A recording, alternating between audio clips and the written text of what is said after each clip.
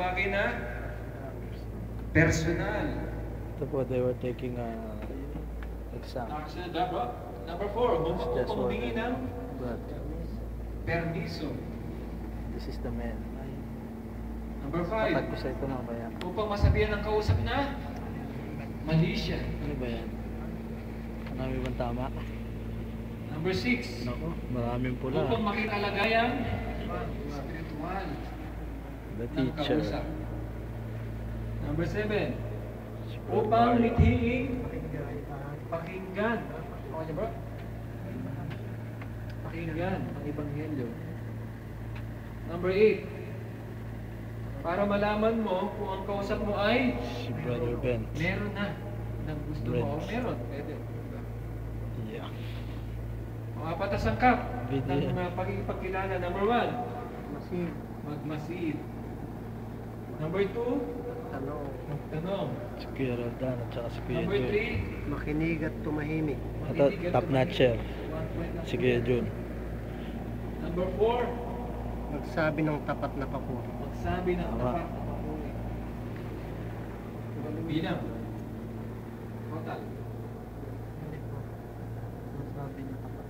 Ay, tatag ko sa'yo mamaya itong video. Yung number 3 sa Roman 3, 1 point lang po yun, ano? Oo. Lang at Mali. lang. Mali. Pero, Tama ko pala yun. 1 point lang. Ano dito gamitin pa ng kausap yung mga bagay?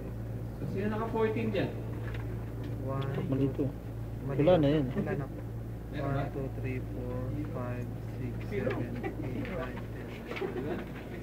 10. Okay lang po. Prelims pa lang naman eh. Meron kang reviewer. Ayan ang mga estudyante ng EE.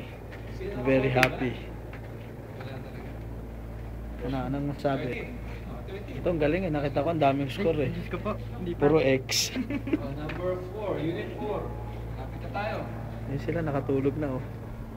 Unit 4. At the back. Ito yung mga tao sa likod. Ang church ay may papatid ng pangit. Ito knockdown. Iproklama ang buhay na walang hanggan. Ito po yung mga estudyante ng Evangelism Explosion dito po sa aming church sa Jesus is Lord Global Ministry. Ito po yung mga future evangelist na mga natira at pinili ng Diyos. Ito po yung mga masipag na Buhay na walang hanggan. nag-aaral para maging epektibong mga bahagi ng ebanghelyo ng kaligtasan. So, number 2, ito ay nangangulugan ng inyong sariling ano ba? Karanasan.